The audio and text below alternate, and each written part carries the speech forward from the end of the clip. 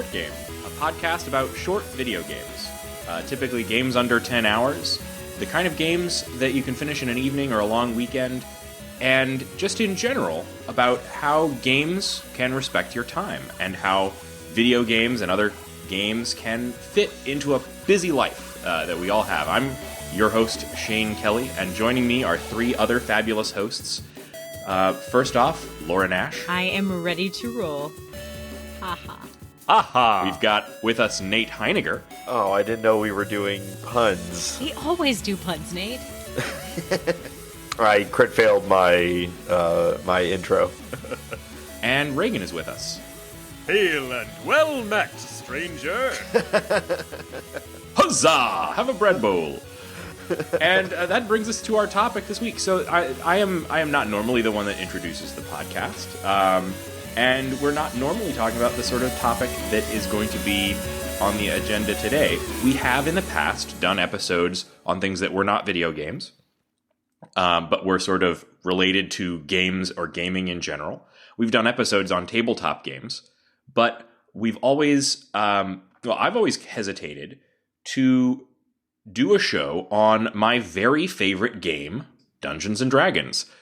Tabletop games like Dungeons & Dragons, oftentimes, they really aren't a super great fit for our show, because we're talking about games that are short, games that respect your time. And Dungeons & Dragons is a game that when people think about playing D&D, that might be a process that I literally follow on Instagram a D&D game that has been running for 18 years. Oh, I know just what you're talking about. Yeah, those guys have an amazing set of miniatures. Oh my god! I'll put a link in the show notes. I have to find them again. Yes, it's amazing. They're at the game D&D on Instagram. If you want to follow them, and they've that's a kind of game where it certainly is over 10 hours. I would say that 18 years is well over 10 hours.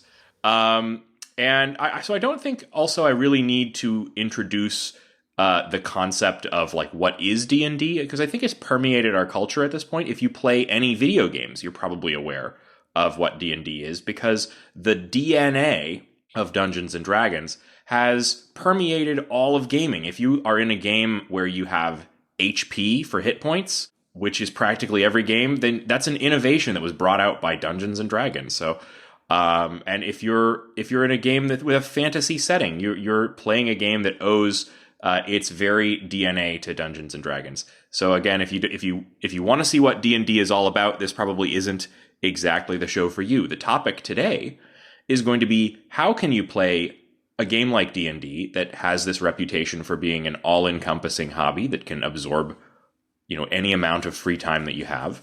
And how can you play a game like that in a way that respects your time and your players' time? And how can you fit a tabletop game like that into a busy life and a busy schedule? That's really what kind of kept me away from D&D for many, many years. Shane and I obviously we're brothers. We grew up together, and so our D&D experience in our very young life is probably basically the same. We played a little D&D. Maybe we can talk a little bit about sort of our personal histories with D&D, but apart from a little bit of experience that we had when we were very young, I had a long gap of basically my entire 20s. Yeah, how did we not play in high school? That seems something. Right? I think I was way too busy, but we were all busy teens, super cool busy teens.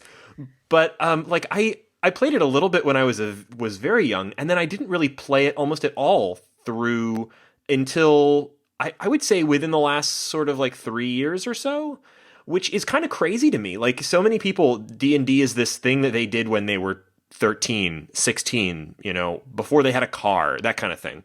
But for me, it's something that I've only been able to get into as an adult by kind of reevaluating. The thing that kept me away from it was kind of expecting that it was going to be this enormous, endless activity where you needed to gather, 6 nerds around a table for 10-hour days for a month in order to complete a campaign. And I'm sure Shane is going to talk about. Shane has really facilitated all of the good D&D in my life. But Shane has a lot of really great ideas about how to make that experience work. So I personally have played D&D for my entire life, it feels like, but really I got my first D&D set, which is the second edition books, from an older cousin. Oh man, Elliot, I'm sure you're not listening, but Elliot, Elliot's the guy that also just if only you knew, rolled up one day and dropped off a milk crate full of a Sega Genesis and all of his games and just was like, I'm done with these, you can have them, kid. And changed our lives forever. Yeah. Elliot, what hath you brought? I wound up with a love of that kind of game, and I read those books. I would say more than I played by a lot. And then later, I kind of tried to expand, and there was used bookstores all around us, and I would always trawl those used bookstores for any tabletop role playing game books that I could find. So I've played many different versions of D&D. I've played, at least as a player, in every edition of D&D since second edition, and I've played a lot of other kind of similar games. So I have wasted a lot of time on D&D, and I have, as I've grown a little older, I've changed my perspective on what makes the game great and what makes the game fun and how to play the game. And that's something I really want to talk about during our podcast today. I know the rest of you guys have played with me because we play sometimes over Skype, which is wonderful. It's delightful. And thank you for playing. But other than that, what is your history with this sort of game? Well, I've played with 3 different groups. I started playing in Seattle with a group of too many people. I think we made the mistake of all of our friends are our friends, so all of our friends must be in our D&D group. So an unwieldy band, and I started playing a bard, immediately regretted it because I don't like keeping track of everybody's everything. Switched to a monk so I could kick people in the face, and then decided I liked playing stupid characters, and had a really fun time playing a very, very stupid monk who liked cats, especially things that had been turned into cats that I would then chase around and forget were people. And when they finally got restored at the end of the quest, I would be sad and cry. Absolutely the best. Absolutely the best. Playing dumb characters is so fun. Playing dumb characters is great. And then I moved back to Chicago and got a group of friends. And I think we let the narrative get away from us. And that group disbanded because people got engaged and then stopped coming. And then half the group literally left, and we just kind of couldn't carry the plot forward anymore. So I'm really excited for this group that we're doing over Skype because one, you guys record a podcast once a week with me, so I know you're not going anywhere. You're not going to abandon me mid-plot. And 2, we'll talk about this a little more, but I think the plot is a little bit shorter arcs. So we know we can finish this batch, move on, and we're not worried about a huge plot carrying us for months and months and months. Nate, how about you? You somewhere in between? Short of a single failed evening when I was in middle school, I had never played D&D until playing with you guys. And it was something that was always, around. Obviously, I've played games and video games all my life, but it always felt like this impenetrable sort of hobby that I was a little overwhelmed by the concept of. I loved RPGs, but like the idea that I had to do everything instead of a controller and my character. And 2, to be completely honest, there was kind of I don't know if stigma is the right word for it, but D&D's always been really far out there as far as the kind of culture of video games and stuff. And it took me. You're too cool for us. I get it, Nate. I just have to, that's how it felt, right? And I think I'm gonna steal from Griffin from my favorite podcast, The Adventure Zone, and saying that now we have LARPing to say is too far. Yeah. And yeah, we don't spend a week in a hotel pretending to be vampires, so therefore it's okay to spend all our time on Skype pretending to be clerics. and to me, it was a lot of the role playing side of it that I felt like I would always have a hard time buying into, and I still do have some difficulty with that, but the game itself, I love it. I've had so much fun playing with you guys, and I now DM a group here in St. Louis. I've had so much fun. I don't really know what I'm doing, but that's part of the fun of it, you know. And it's been a real eye opener for me for how great it's been. And I play in 2 games, and I've because of some of the things that Shane has kind of taught us, I can fit it into my life, and it's been so much fun. Molly and I play together. It's my friends and I play together. We play together. Us here on the show, it's great. Yeah, and we've all played, I think, in a few different ways, and so I think we all have a few different strategies to talk about how to kind of fit D&D into your life. Probably Shane more than the rest of us as our DM and resident D&D expert. The thing that makes D&D unique, in terms of this aspect of the game and the respect for your time that it can have, is that kind of a good use of your time is entirely in your own hands with D&D. Unlike video games where, there's not necessarily, you're not going to be grinding for loot for 1,000 hours to get just the right drops. Even if you are playing a game where you're, using XP to level up, and you're an important aspect of the game for your group is, gathering resources in order to confront bigger and bigger threats. It's entirely within your hands to control how long that takes and how your time is used. A lot of people think when they play D&D for the first few times, especially if you're playing with a bunch of new players, D&D can feel like a really slow game. And so I think that's a perception that I think has to be looked at in terms of like how do we actually confront that? Because I've heard it said that D&D can be described as 30 minutes of fun squeezed into 4 hours, which is sometimes totally accurate. It's not super fun to sit around and wait for other people, right? One of the ways that I, as the DM, really like to think about how you can confront that is it really is to a large part in the hands of the dungeon master or the game master to keep that kind of aspect in check, because maybe more important than anything else that the dungeon master is doing is reading the room and seeing, if people are having a good time. And you have a lot of tools in your toolbox that you can use to kind of move things along to get to the good parts. I find a lot of people at my table get kind of bogged down in certain moments where, we've been having a scene that's played out through dialogue, right? So we're having this sort of moment-to-moment interaction.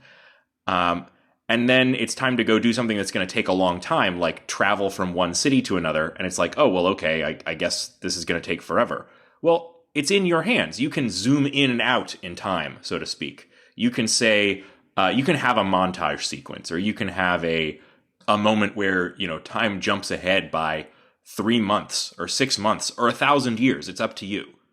I think just as a very brief side note, something that I think we ought to mention at this point is like a lot of what we're going to be talking about today are DM strategies for the dungeon master to try and make sure that the game is progressing and staying fun for everybody at the table.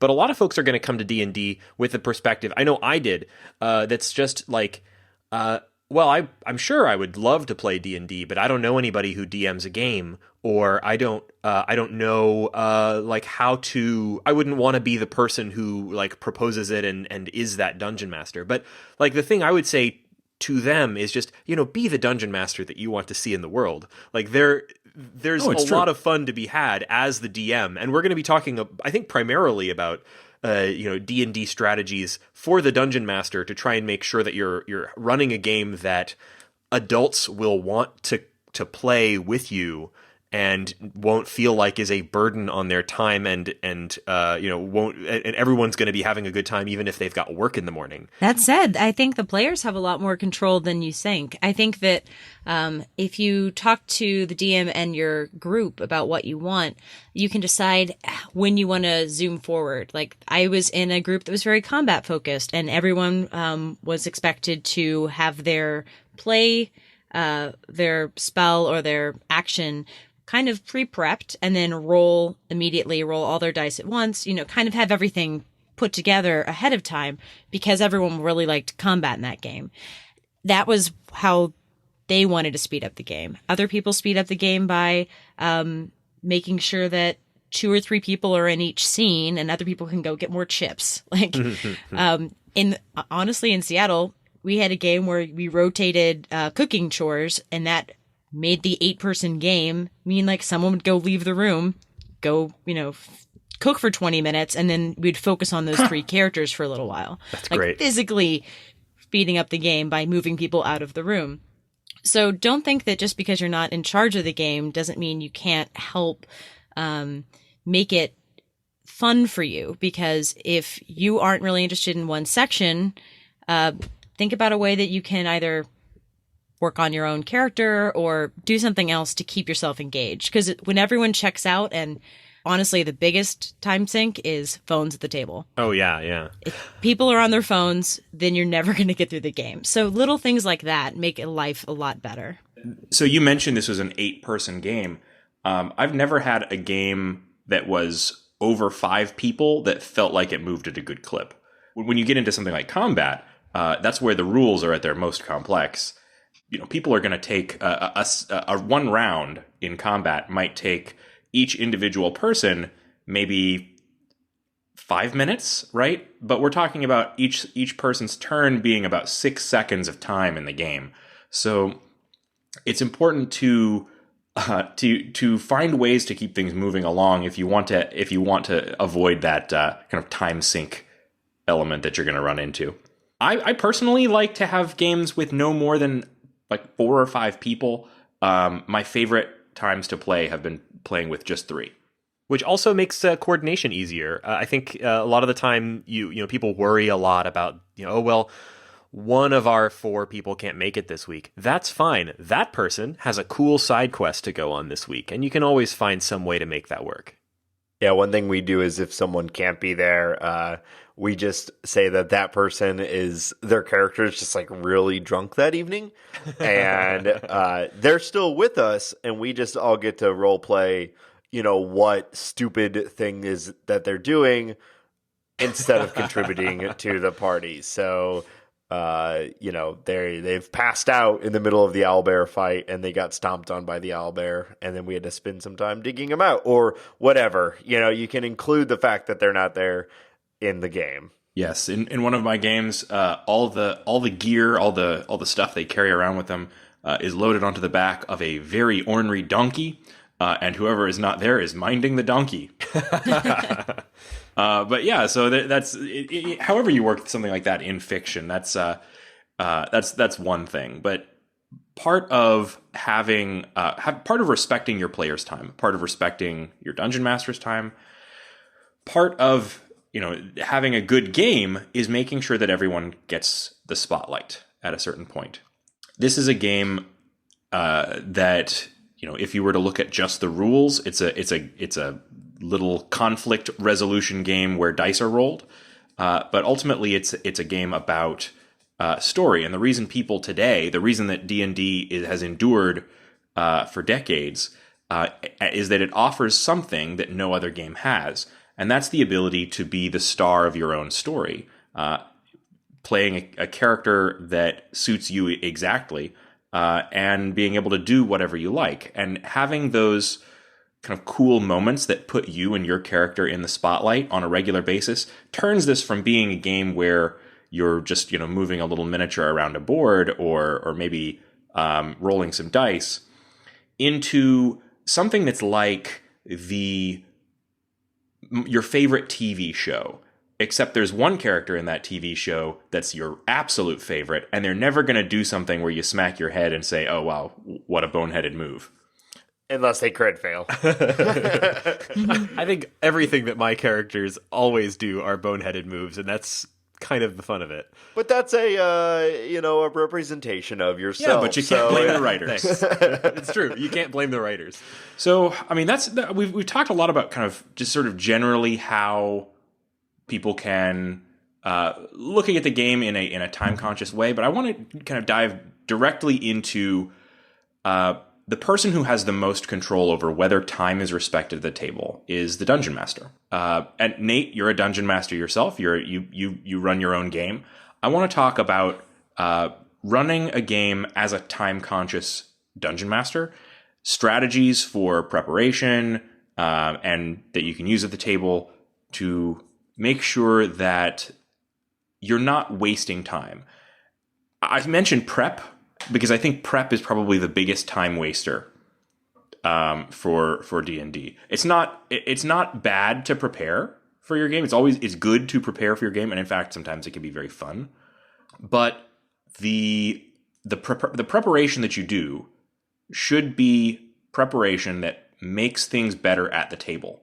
And I think that I, over the years, have learned a lot of strategies that help me avoid something that I used to do all the time, which is get really super hyper into the story of the world that I'm creating and the NPCs that I'm bringing to life and all of that, and then throwing it out there in front of the players and then realizing, well, gosh, this isn't what they want in the game, and I've just wasted maybe hours of my time. So I have put together a game that is not going to be respecting my time because I am preparing something that's not going to get used at the table.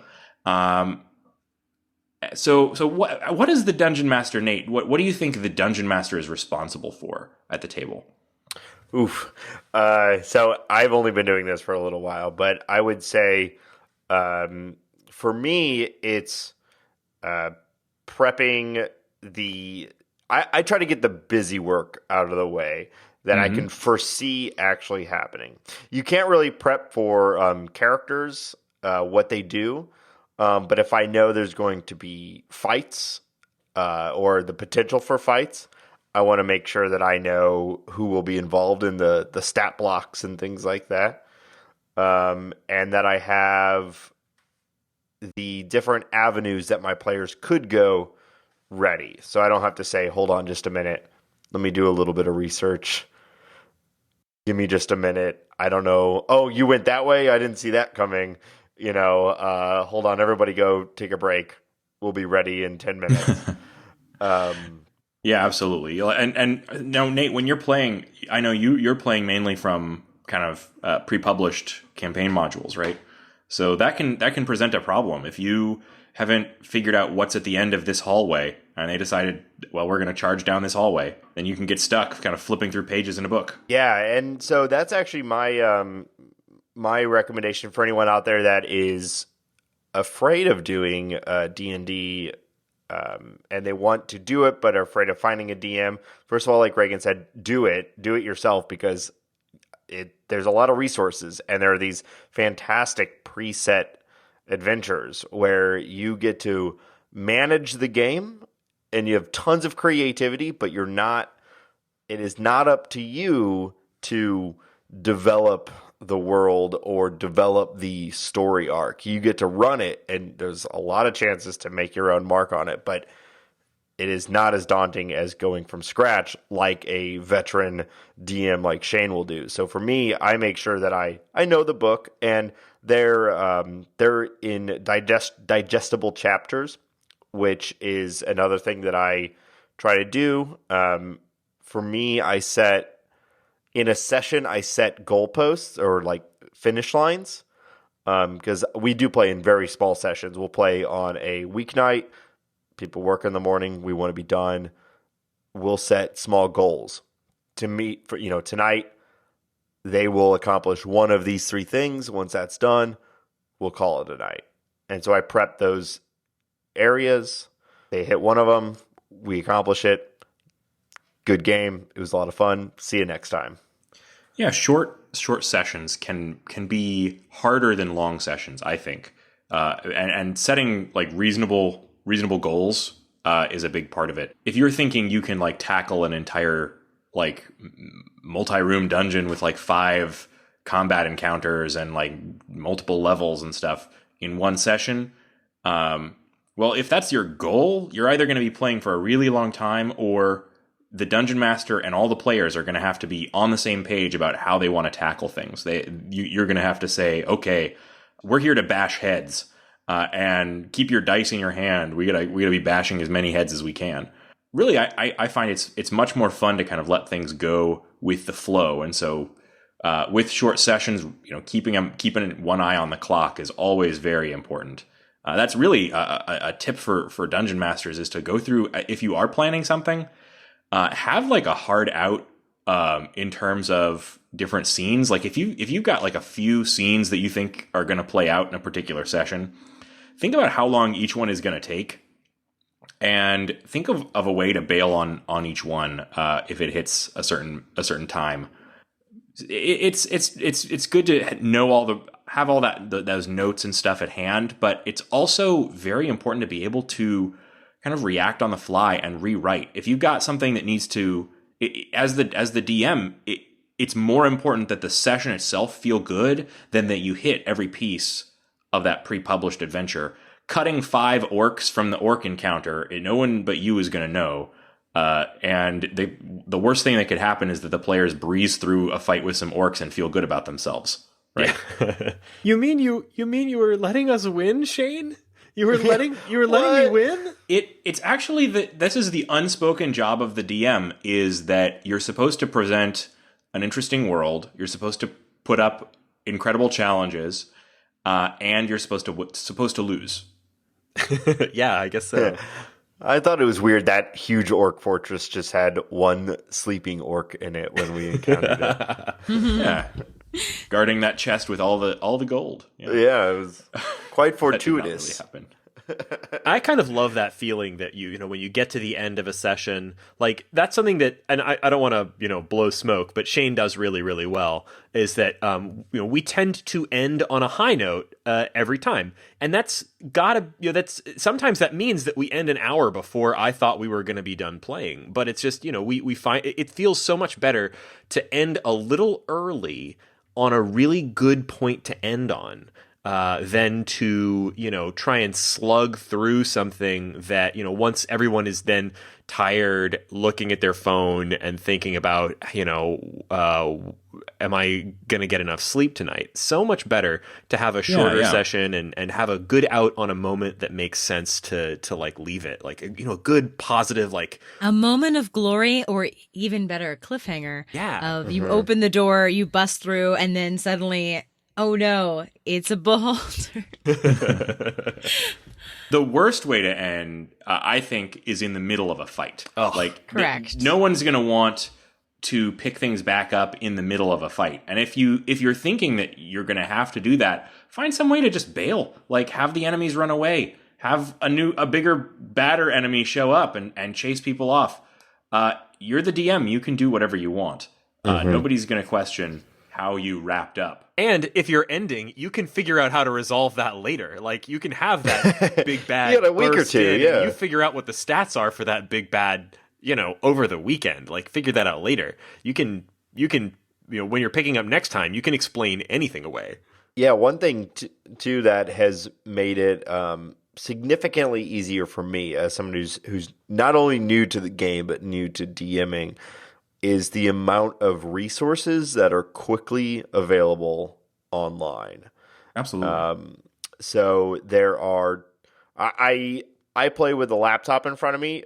My players, some of them are actually using paper player sheets. Some are using the book. Some are using computers or iPads or whatever. But there are combat trackers. There's spell books. There's anything you need to look up.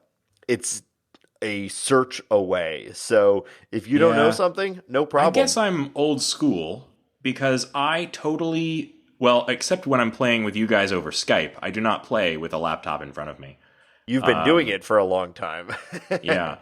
I find that any kind of technology at the table can pose a distraction, and that includes for me. So yeah. And it's also, just in general, there's no wrong way to eat a Reese's, and if you are the DM and you don't know the rule for something, I find it much better to improvise something. and then to look it up and break the flow. That's something that, you know, the dungeon master is explicitly empowered to do by the rules, is to make in the moment rulings. And as long as you do it on in a fair way, then, you know, it's usually gonna work out just fine. Nobody's gonna care that, you know, what's gonna break the fun of you're in the middle of combat and somebody's being held underwater and you're like, oh shit, now I need to look up the drowning rules. How long can he be held underwater? Like nobody wants to take a break at that moment of like stress. They want the drama of having the dice roll at that point. So just pick make it a Constitution save or something. I don't even know what the real rule is in that scenario, but somebody's gonna write in, I bet. But, listeners, if you know the proper rule, don't tell us. We'll figure it out. Yeah, I think something that often I've seen dungeon masters, Shane and my other two of them if someone said, I want to do this task, investigation ?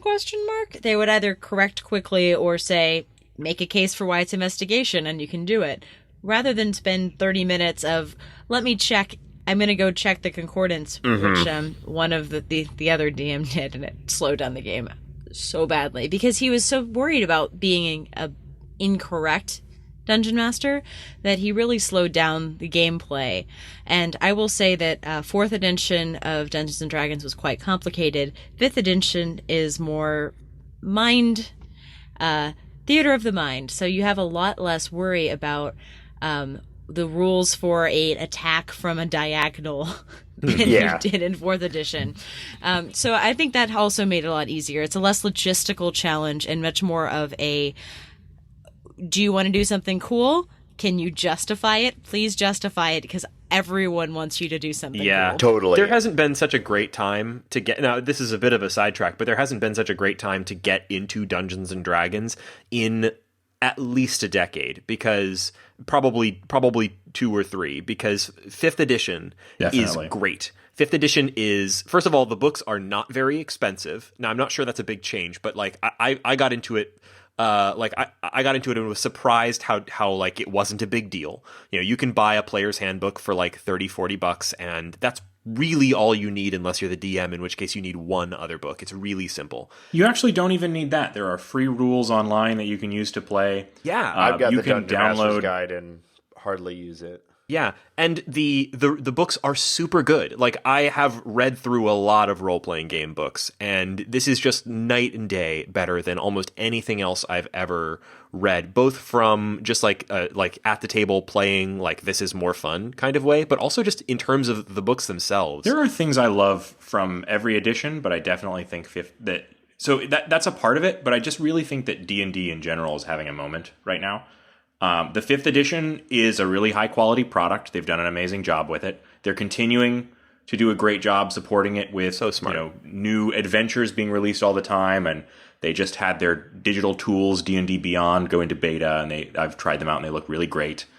But kind of beyond that, just culturally, I think we're getting to a point where D&D is still something that everyone knows generally what it is. Which who would have thought that would still be the case in 2017? You know, how long has it been since the 1970s? And this is still like yeah. And then of course we're having things that kind of look back on it with a fondness that I don't think people looked back on it with for many years. So when you were saying, Nate, you never really considered getting into D&D, I think it's because maybe the culture wasn't ready to look back kindly on this kind of strange hobby.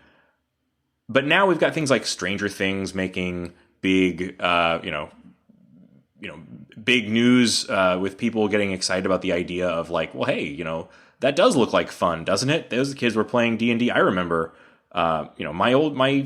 my older brother had all those books. I wonder what if there was anything to that. Celebrities are playing D&D on stage at conventions, on YouTube, on Twitch. Absolutely.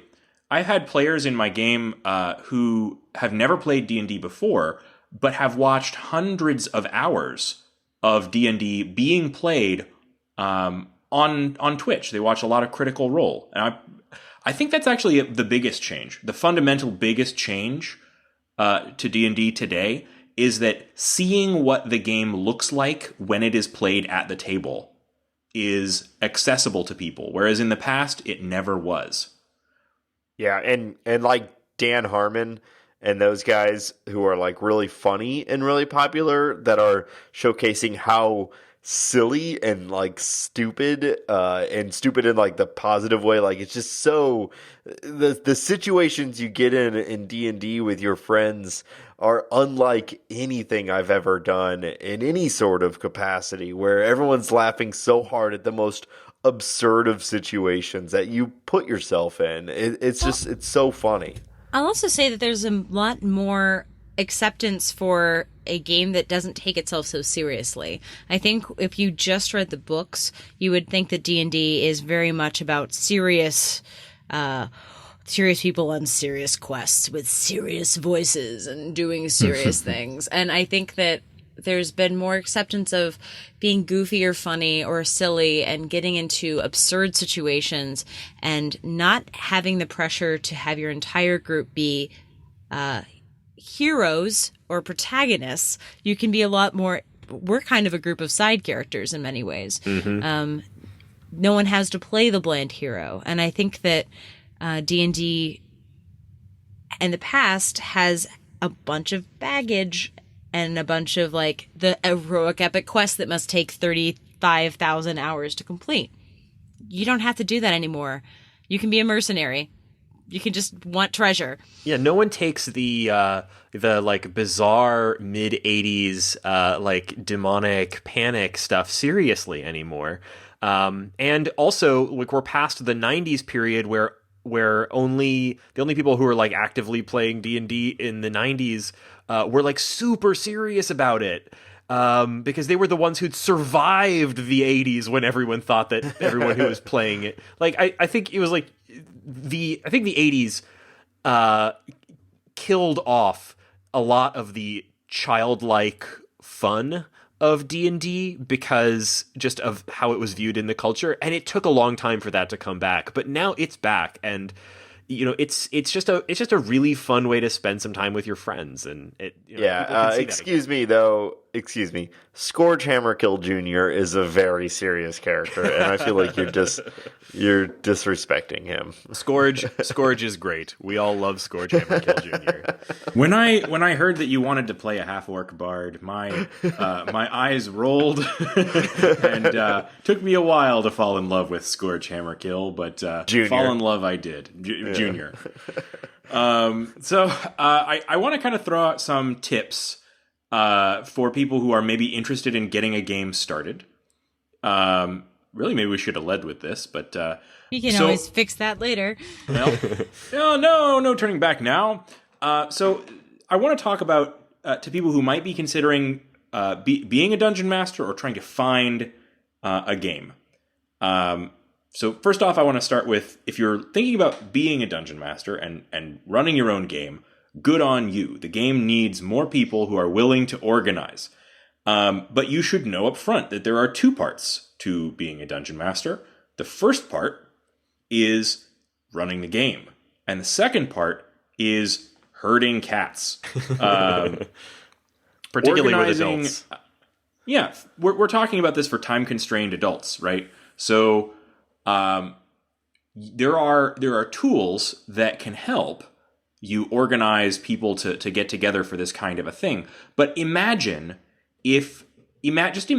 throwing a dinner party every week, every week that's 4 hours long, right? That sounds like a complex endeavor, right? Well, that's what Dungeons and Dragons can be. There are ways to make this a lot easier. Certainly, you know, you're not necessarily going to have to spend hours in the kitchen cooking. You can just order a pizza, and in fact, I encourage you to order a pizza for the dungeon. Let's talk about pizza for a second. The short game endorses Domino's Pizza. But so the first thing I want to say is I want to talk about organizing a game, and then I want to talk about tips for the DM that can help kind of make a good use of your time, right?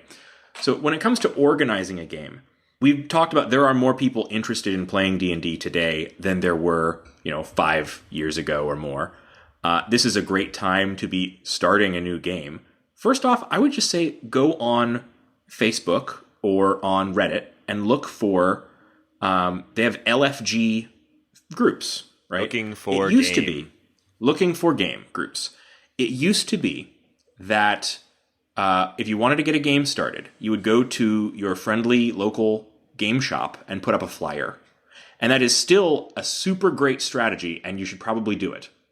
But you might not have to, because the online community for games like D&D is getting strong enough that you can go on Facebook and look up D&D and the name of your city, and you'll probably find a group that is, if you live in a big city, you're going to find maybe many groups that are large and have a lot of people who would be willing to try and play. If you want to reach out to strangers, if you don't think you know enough people who are interested in playing. But you might be surprised how many people will raise their hand if you just post on your Facebook, on your Twitter, wherever you socialize with people, like, hey, does anyone want to play D&D? I'm thinking of organizing a game. I'm going to be dungeon mastering. People that you wouldn't expect will raise their hand. I would go further than that, and I would say, does anyone want to learn how to play D&D? Yeah, totally. Because as the DM, one of your big responsibilities is to be open and welcoming to new players. And you will be surprised who's might have actually played before. I remember getting into like a musical theater kid's car, who was one of the 4 people I knew in Houston who knew every single word to Joe's Amazing Technicolor Dreamcoat. And he had character sheets in his back seat. And I was like, oh, you play D&D? And he quickly brushed them under the chair and said, "No, those are not." Oh, and he said, "Yes, we have a group." So no, those aren't mine. I'm using that to roll weed. If you have friends who are into either board games or video games, odds are they will enjoy playing D&D. So if you have someone who's hesitant, but you know that they like games, maybe egg them on a little bit, because I guarantee that they'll have a good time once you get started. Once you have a few people, and it's definitely absolutely 100% best to play with friends or even close friends right up front, where you will be comfortable, they'll be comfortable. You also want to have some kind of line of communication about the game. I have found that back in the day for me, it was always email, talking to my players. These days, I use a Facebook group that I made just for the group. There's great features in there. Actually, I really can't say enough good things about Facebook for organizing D&D. If you've never heard of it, it's facebook.com. Yeah. Just a quick sign up. I mean, first off, and the main thing is everybody's on Facebook practically. Even if they're only logging on to talk to their grandma, maybe they can log on to talk to their grandma and, see when the next game is. And it has, you've got your group chat covered, so there's some logistics can be taken care of there. And there's events that you can do, private events for a Facebook group, which is a great way to get people to RSVP. So I really can't say enough good things about that. But there's other tools that you can use. There's meetup.com apparently is a hub for finding gamers and things like that. We use Slack mostly. I mean, we use Slack to plan the short game. And so if you're just looking for a good group chat that has a lot of versatile features, Slack is great and it's free for small groups. We use it to plan the show, and we just sort of added an extra channel for Dungeons and Dragons, and that's been enough for us to do most of our planning. It's been pretty much fine. All of this is going to sound kind of like humdrum and boring, and maybe a little bit obvious, but it wasn't obvious to me when I started as a dungeon master, or even when I started again more recently, that a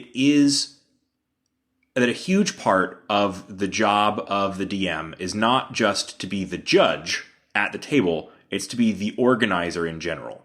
People love to go do something fun. Playing D&D, show up on Thursday night and bring a number 2 pencil. That's something that most people are good with, but picking that right night can be tricky. And I'll tell you, there's something that I do now. I have a group that's larger than what I actually would typically have at my table in any given session. And I send out every week a doodle poll. If you're not familiar with Doodle, Doodle is a website where you can basically put different time slots and send out a link that people can click on, and then they can, without creating an account or anything, they can just pick a time that works for them, or check off all the times that do work for them. And that just works for us to pick a time. And I just go with whatever is the date and time that is going to work for the most people. I think the key thing here is that you kind of have to decide on what communication tools you're using before you start and say, hey, you want to play D&D with me? That's great. Here's our Facebook group. That way you don't have like one person texting you, one person DMing you on Twitter, one person calling you on the phone if they're calling from a decade in the past. And like everyone is on the same page and using the same communication tools so that it's all one thing. You don't have to be thinking about a bunch of different, everyone can see what's going on all at the same time. Yeah, it's also just fun sometimes. Like the next day after an event, everyone's like posting like, oh my God, I can't believe we chopped the head off that dragon. Or like, hey, what were the stats on that new sword we got? And, the DM can post the stats and everyone can celebrate together. It's just like, it keeps this connection going. Yeah, that's a really good point. It gives you, like, having a built-in community means that, once everyone leaves the table, there's like on our Slack, we even still have a channel for in-character chit chat. And we don't use it all the time, but sometimes I just, I'm away from the table and I think of something that Horus Sunbather, the paladin, my character, would have said in the moment, and I want a place to put that. That Horus line that I just came up with, and we have a spot for that. And it's great to have like a small community of people who are playing the game with you that you can still have that conversation and kind of carry the game out into the rest of your time. It's just another way to enjoy the game. So I want to kind of address some stuff that I know we're talking a lot to potential dungeon masters right now. But that's who is going to make or break this experience for everybody, for the reasons we've discussed. So I have some tips that I want to share with you if this is your first time. First off, you're Reagan, you're absolutely right. Don't stress. This is something that everyone is doing for fun. It's supposed to be a game. Sometimes I've seen people get a little bit overinvested. And that's kind of kind of easy to do. You're not writing your grand novel. You're not going to publish this thing at the end of it. The goal is everyone sits down at the table and has fun. Reagan, you hit the nail on the head, because the world building impulse is something that I think draws a lot of people to dungeon mastering, and it is super cool to kind of imagine this complete world that your story can take place in. But what happens at the table is the important thing.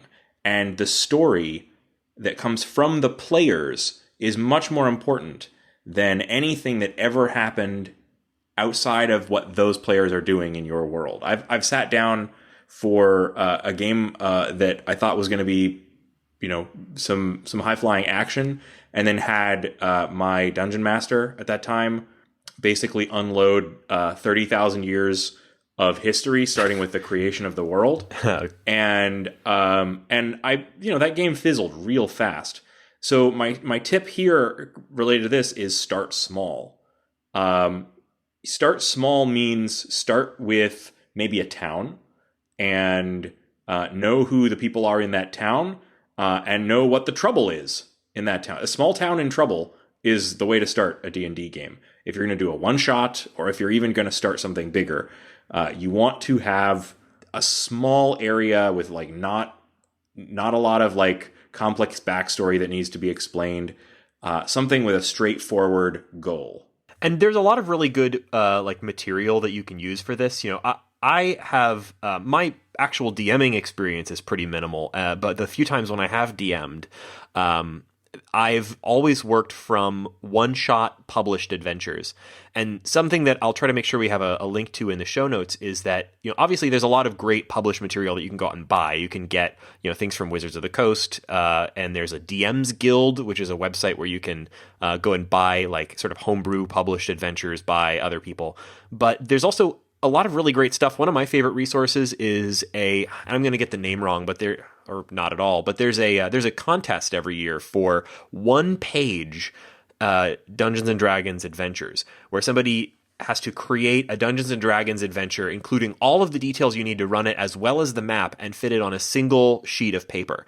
And then these great little one-page adventures get published on the web, and you can check them out. And I ran one of those for you guys last year sometime, and it was a blast, and it required very little preparation because it's a lot of great material. It's all on one page, so you can look at it and encompass it and understand it very quickly. There's a lot of great resources like that out there, and you can use those as the entirety of your idea, or you can take one of those as inspiration and design your own. Yeah, it added one of our favorite characters to our story, Hildo Diddle. Hildo. Great NPC. I mean, let's be honest. That's not a great character, or really Hildo is a Bilbo knockoff. From tip to toe, right?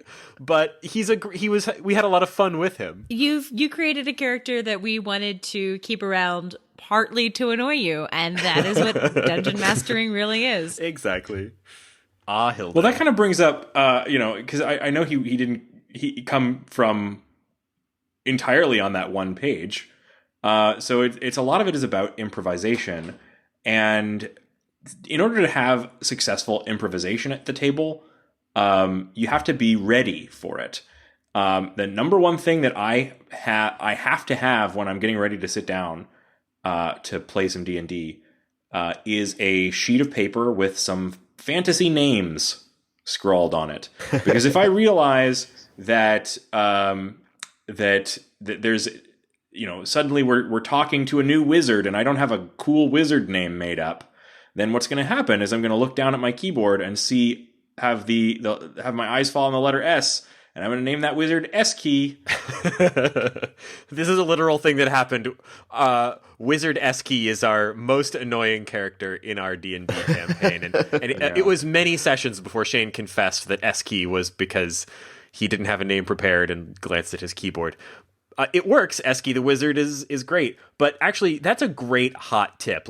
I don't know if I could express how good a tip this is. Having some names prepared, even if you don't know what those characters are going to be, or especially if you don't know who those characters are going to be yet, is great, because you can say, well, you're in a tavern, and the characters are going to say, I want to look for the tallest person in here, and you're not going to have the tallest person prepared, or I want to look for somebody I want to look back behind the bar and see if I can find who's the person that scrubs the pots. I didn't create a character sheet for the kid that scrubs the pots, but if I've got a list of names prepared, I can pull that kid off and sound like I'm super prepared because I've got a great fantasy name ready to go. And there are online generators. There's an online generator that I use for that. That's at a website called Donjon. Oh yeah, great site. I can't recommend that site enough. It's a great resource. It has random generators for everything from names of dwarves to entire cities, and super useful. Great for prep. They have a randomized generator that will create a tavern for you, complete with things like a menu. It will tell you a list of NPCs someone might encounter there. It will give you the name of the tavern. When I was running our one shot, I basically just ran that generator and said, okay, this is the tavern in the town. Done. Also, pro tip, if you are running short on last names, fonts are treasure trove of last names from everywhere. I have named Sarah Times New Roman. I mean, my current person, Ella Amaranth. Amaranth is the name of a font. It also works pretty well as an elf name. My last confession, after I showed this tip with the my last group, we ended up naming our troop Sans Comique. So this is my bard, Ariel Italic. Or Johnny Wingdings. Gil Sands is not a bad name. That's actually a great name. Yeah, I'd go on an adventure with him. Yeah, don't be afraid to be a little silly, and then just own it. Once we decided Eski the wizard was, he was our wizard. That guy, he stuck around. Once you really commit to a character, and sometimes all it takes is like a couple of details, in order to hang your character on. Like with an NPC, coming up with a name and, in the case of Eski, a slightly annoying voice and like one tick that Eski likes to appear in puffs of smoke. That's it. That's all it takes. And suddenly we've got this fully fleshed out, quote unquote character that has stuck with us for a long time and feels like a part of the party, even though he was sort of like a random NPC that we happen to encounter. And that will happen with D&D. That just sort of automatically happens as people chit chat and improvise and have fun with each other. So part of this is about reducing. Part of the reason to do a lot of improvisation is if you gain confidence with improvisation, you can reduce the amount of prep time that you do at and because so much of your prep time is going to wind up wasted because you won't know what your players are going to want to do. So let's talk about what you actually, as a DM, should spend your time preparing. Other than a list of names. Other than a list of names. So there's a principle that I learned from a book that is one of my Bibles as a dungeon master. It's a book called The Lazy Dungeon Master.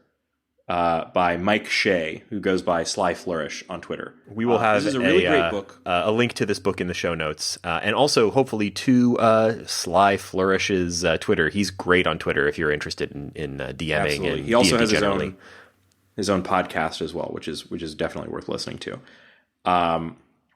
But one of the kind of principles there is that the game is what happens at the table. So your prep should be focused on things that are going to make a difference at the table. The first thing for me that makes a difference at the table is knowing just sort of generally what's going on in the world around my characters. And that starts with locations. Having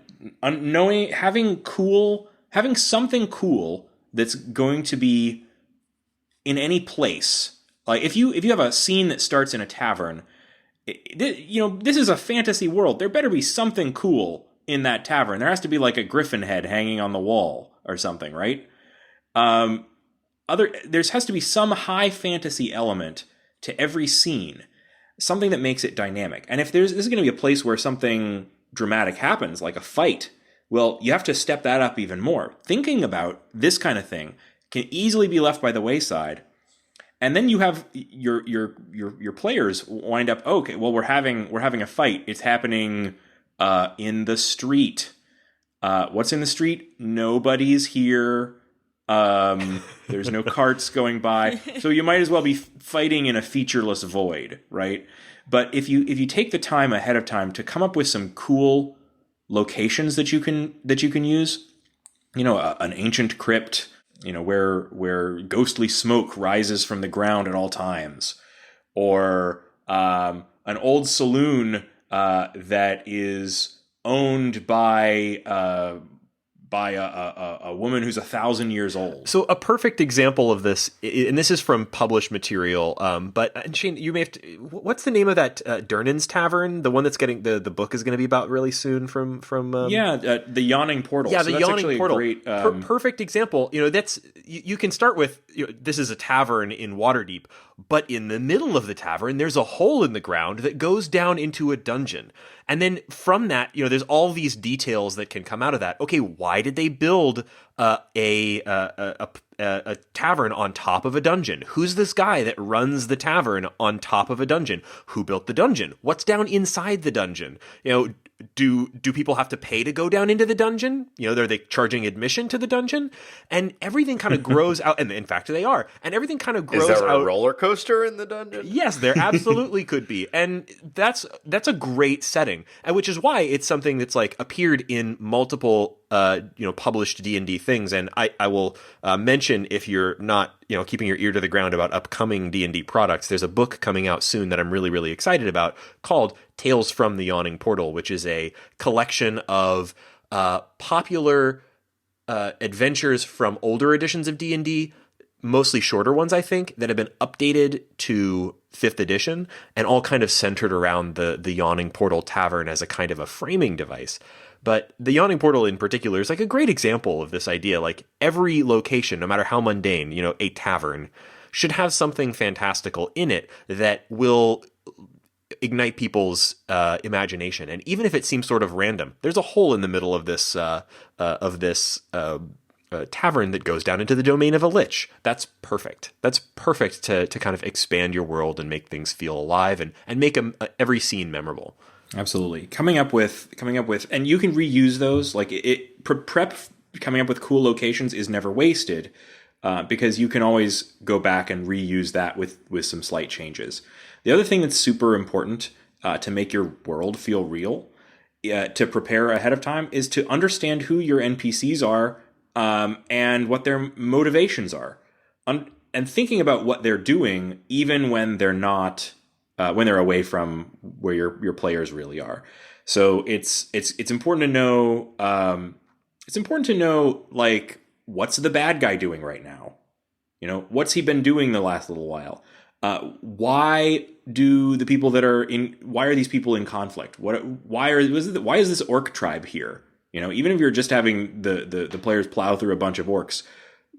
Why is this orc tribe on the plains here, between these two cities or what have you? So understanding those motivations and kind of coming up with something, again, that is fantastical and unique is going to be time that's always well spent.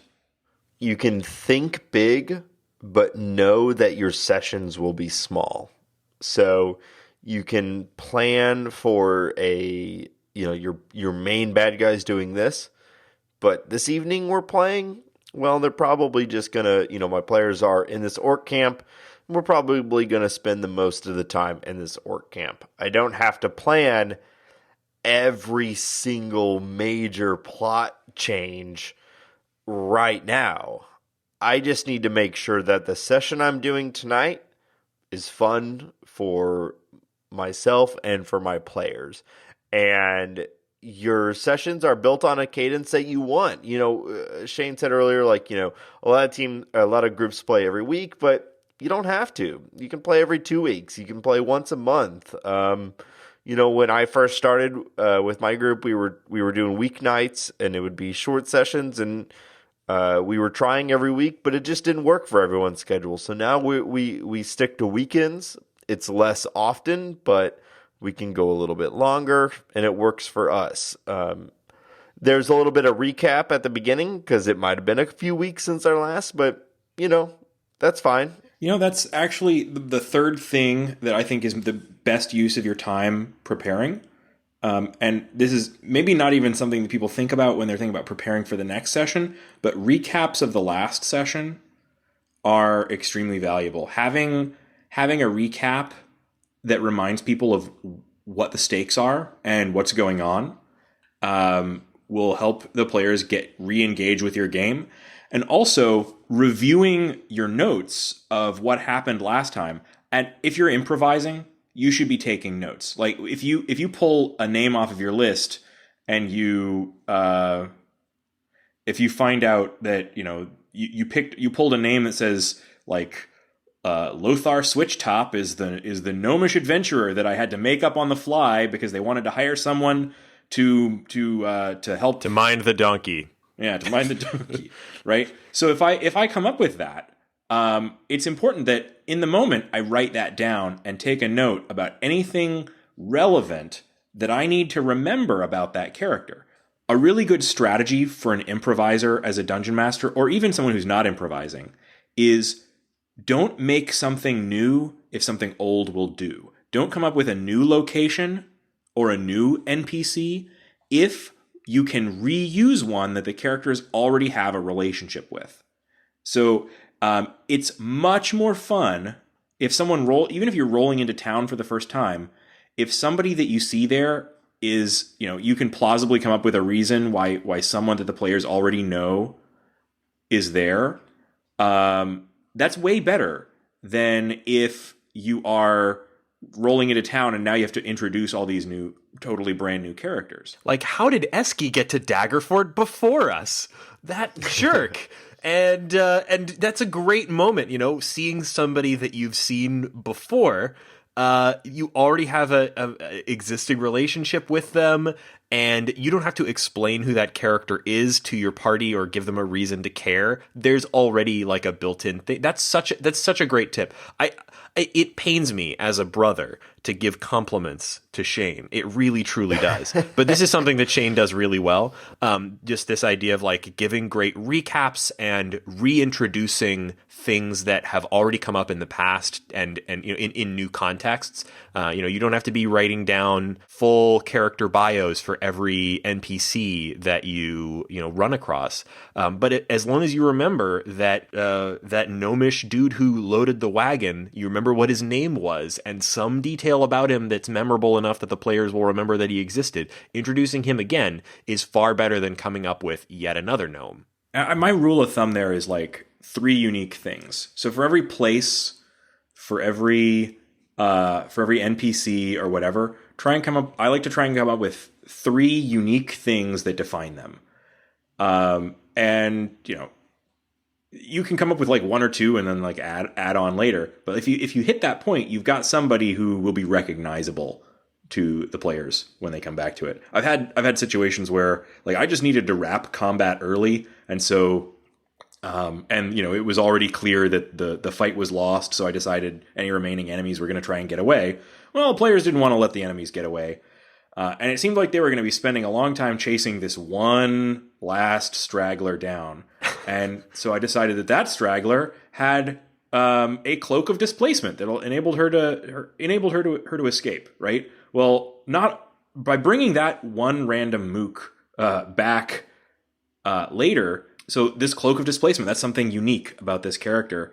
And I built that up. Not only did they really want to kill this one enemy that got away, even more now because that enemy had a cloak of displacement that they really wanted. Like that enemy was able to then come back with a backstory and you know, more motivations, and that's the seed for a whole new encounter, right? So that's how you build stakes by having rad items that people want. Yes, absolutely. Tempt them with the good loot. So something that has become a big mainstay of my gameplay these days, which never was before, is Theater of the Mind play. This is another way to respect your player's time because, frankly, Theater of the Mind... So first off, let's define that term. Many people, when they think of Dungeons & Dragons, think of it in terms of a grid with miniatures on it. But every element of the game can be resolved without any miniatures faster. All the rules work perfectly well with, you know, sort of general distances. This relies on the dungeon master to be very clear in their mind about where multiple enemies are at any given time and like who's engaged with a monster and who's not. But the current rules are simple enough that this actually works really well. When we play over Skype, 90% of what we do is Theater of the Mind. And that helps move things along a lot. Do you guys have any tips for what can make for good Theater of the Mind combat? For me, in terms of combat, it mostly has to do with asking when I need to know the distance from my character to all the other characters and just the general layout. You know, you don't have to have a perfect mental picture of every detail of the falling down barn that you're having combat in. You don't need to know where every plank and beam is lying. As long as you know, okay, most of my spells have a range of 60 feet or 30 feet or whatever it would be. And I need to know which of these things that I'm trying to kill are within that range and which of them I could get into range in a turn or two. I mean, you say Theater of the Mind, but I think a piece of paper and a sketch of what matters to you helps quite a bit. My character flies. No one else flies. I actually have to pay attention to things like ceilings, and I have a different kind of visual space than the other characters. So though it's Theater of the Mind, I know that I can get places pretty quickly.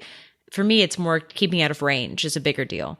Something else that I try to keep track of is who people have attacked already. And I think that's the number one thing to slow down combat as a player, is if you don't know who's been hit and you just are attacking fresh meat, then basically it's going to take a really long time to grind down, because then everyone else is going to get turned. So if you can focus fire, it helps very, very much.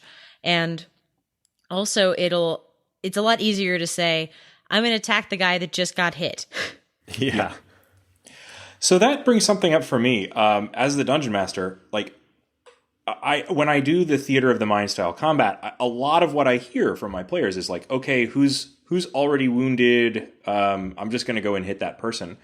And so I always feel like I want to create like really interesting dynamic situations, right? The thing about combat and theater of the mind, your players have to know who their opponents are. And so every enemy has to have something unique. If you're just fighting like a bunch of wolves, you got to have a white wolf and a brown wolf, right? If you're fighting a bunch of orcs, you've got to have an orc with a hat. You got to have an orc with a tattoo. You got to have an orc with a scar. And you want to continue to kind of build up unique things about those orcs. So reminding players, okay, well, the orc with the scar now has like a sword stuck through his shoulder or something. So you remember, okay, he's the one that's wounded. Like, communicating that kind of important information to your players in a way that flows with the story but doesn't slow things down, gives them the information that they need in a flavorful way. That's the important thing in theater of the mind to me. That's a really good point. Making sure that when you identify things about the enemies physically, that it ties into the combat. Like this one is bleeding profusely from the eye. That identifies him so that folks know which one it is, and indicates, well, this guy is wounded. Maybe we ought to try to focus fire on him to eliminate him from combat. Or the one whose arm just got chopped off is using his last remaining arm to strangle your friend. That's great because it identifies him. He's the one with one arm now, and it tells you like where he is and a lot of information about that status without you having to be like, okay, wait, how far was he from everybody again? He's obviously close to the one he's strangling, so you know what's going on. This is something that I learned a lot from other games, because D&D, I always played it with like minis on a grid and stuff like that. But there's a lot of games out there like Fate and Fiasco and things like that, where the interactions are very different, and there's no board that you're playing on. And I really do think that these kinds of games are, if they had the big name that D&D has, like, they would probably be more popular with new players, things like that, because they're very accessible. Fate is a really great system where what's relevant here is that it assumes kind of theater of the mind. It divides the battleground into zones, and your movement is between zones. And there's a lot of rules that supports like creating advantage for yourself or disadvantage for the enemy in a particular zone, right? And the way that plays out is very narrative friendly and very fast. So I don't know. Are there any other kind of tips that you guys have from other games that might apply? Yeah, I think that if you're playing D&D and maybe your game is getting bogged down, or you're looking for something that is truly short one night experience, I think it's really helpful to refresh your group with a one shot, or play a game of Fiasco, or play a game of Fate, but like kind of shake it up a little bit. Or just go on a random side quest for a day that has nothing to do with the central arcing plot. Because I think if your game is feeling long and drawn out, maybe you just need to relearn how to be short. And I think that it also can help if you're trying to introduce a new character or a new player to the game. Try to get someone involved who's never been involved before. It's a little easier to say, hi, would like you to play a game of Fate. It'll take 3 hours, than to say, let me introduce you to the entire world of D&D in one night. Yeah, or even if you are introducing them to D&D, if you can tell them, hey, we're playing D&D and we have a really short little one-shot thing to play that, we're gonna take on a vampire in his castle, and it's going to be one night. We're going to do one thing this one night. Then that's a ramp in that might help bring people in that would never say, yeah, sure, I'd be happy to join you guys every Wednesday for the next 3 months. Yeah, I also keep a folder. I have a folder where I keep copies of all my players' character sheets. But in that folder, I also have pre-generated, pre-printed character sheets that I can just put in front of a new player if they happen to arrive. And you don't have to even spend a lot of time making these. There's sites online where you can randomly generate them or find ones that people have already made for practically every class and race combination that's out there. So you could say, okay, well, hey, this week you're a gnome bard. I'm just gonna throw this. Don't make the new player a bard. Yeah, learn from Laura. And you're a halfling fighter, or you're a elf wizard. Also, a couple years ago when we first started the podcast, if you left us an iTunes review, Reagan or Shane would make you a character sheet. That's true. We did that promotion for a while. Maybe we should bring that back. If you're out there and you haven't ever left us an iTunes review, which we always super appreciate.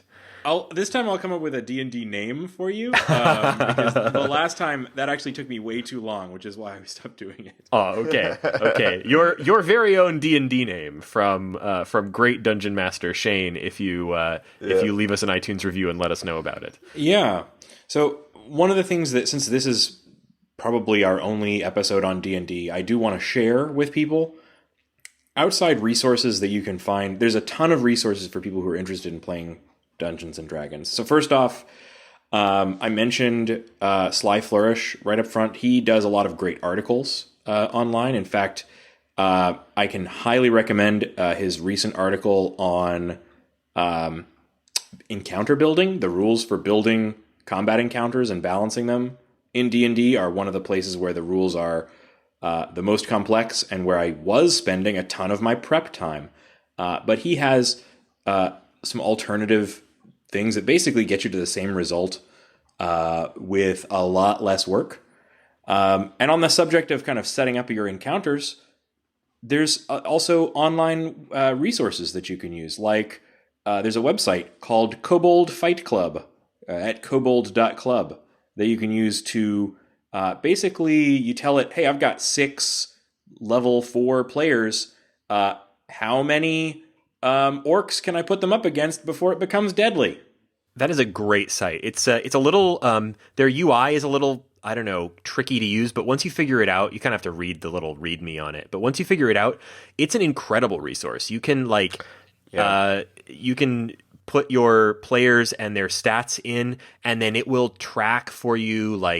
It'll keep track of turn order. It's really simple, and it's fast to use once you know how to use it. But it really helps move combat along at a quick clip. It will help you keep track of whose turn it is and how what everybody's HP is. It knows the appropriate challenge ratings for basically everything in the Dungeon Master's Guide and the Monster Manual. So it really is a great site. Kobold.club. I'll make sure there's a link in the show notes. Yeah, and that kind of brings me back to, we were talking earlier about preparation. That's kind of the thing that went unspoken there, is that knowing what all of the abilities of the creatures and characters in your combat encounters are, that's time well spent. Yeah, don't forget that your vampires can turn into mist or whatever. That's a cool ability. Knowing that they can do that is going to spice things up. And so you got to know what are all the cards in the deck for every one of the things that your players are fighting. Wizards of the Coast, the creators of D&D, also have their own new set of tools that are currently in beta and will, I believe, ultimately include a lot of these same features in terms of encounter building and things like that. They don't have all those tools out yet, but I will go ahead and say dndbeyond.com is where you will find those tools. Things are currently in beta. I can't tell you whether those are going to be great or not, or whether they're going to... I know that they're going to charge for some of those features, so I can't really recommend it at this point, but watch what happens over there. While we're recommending things to check out, I want to plug that last year in summer of 2016, we don't record our D&D sessions. We just sort of play and that's it. But if you want to hear Shane DM a session of Dungeons and Dragons, he was a guest over at the Duckfeed Network. You may be familiar with them from like Watch Out for Fireballs, or they got a ton of great podcasts over on Duckfeed. A while back, they did a D&D special episode. They have a feed on their site for like special episodes. I'll have a link in the show notes. And Shane was the DM for them and did a really great session. So if you want to hear a complete D&D session by Shane, doing one of his signature adventures, one that we played through, and he's run for a couple of other groups since. It's a really great time. So I'll have a link in the description or in the show notes if you want to hear Shane run a pretty good session with all the Duckfeed guys. Oh yeah, thank you. Yeah, I'd love anybody's feedback on that. So a few other things that are worth checking out. For new DMs, we're talking about keeping prep time low. I mentioned The Lazy DM as a great book with a lot of really useful advice there. I've got to read that. But there's also another book by that same author that falls into sort of a category of books that I really wish there were more of. There's a lot of published adventures out there, and it's entirely possible to go and pull one of those off the shelf and pick out maybe a location or an encounter or an enemy or something and just use it in your own game. That's kind of just the tools of the trade for DMs, is kind of using and reusing and abusing published adventures. But there are a few books that are designed for this kind of use, that are designed to give you little nuggets of content that you can like steal and drop into your own game. One of the best is called Fantastic Locations. It's also by Mike Shea, who wrote The Lazy DM. And it's just a book that has no like encounters really in it. It's just great locations. And each location has some images and is just written up in a really good way that shows that has just some cool elements for every place. Something that's going to be relevant at the table and something that's going to make for a cool place to have some kind of encounter. And it's really easy to use and reuse.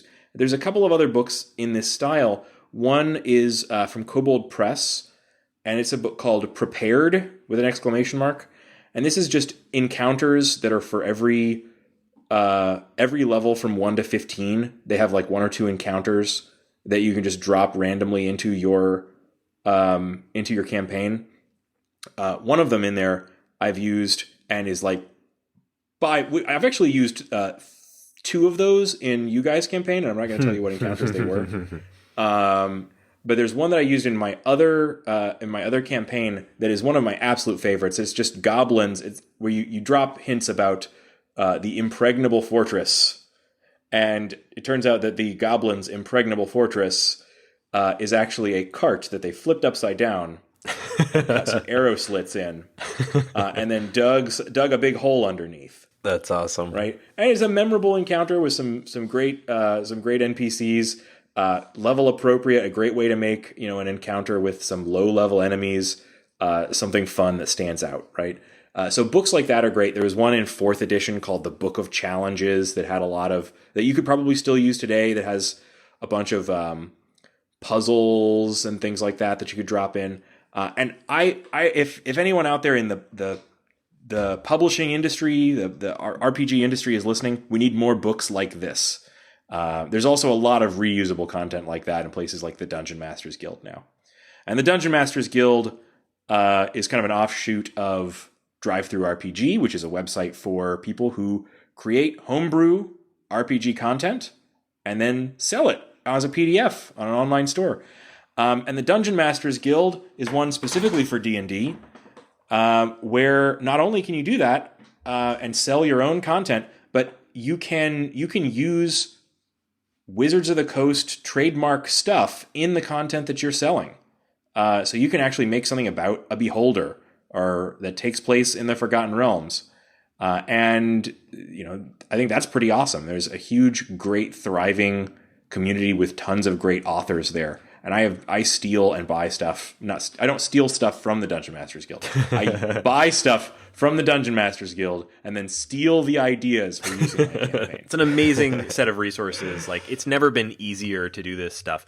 The only thing that is a little bit troublesome is that you can't get PDF copies of the 5th edition core books, at least not yet. You can get a lot of the basic rules online, but you do still, if you want to actually purchase a copy of the books, you do need to actually get physical books. But apart from that, there's so many online resources now that make this whole process super simple and easy. So really a great time to just explore that stuff. Check it out. Do it. Do it. So I know this episode was a little bit different from our usual fare here on the Short Game, where we review video games and not nerdy hobbies.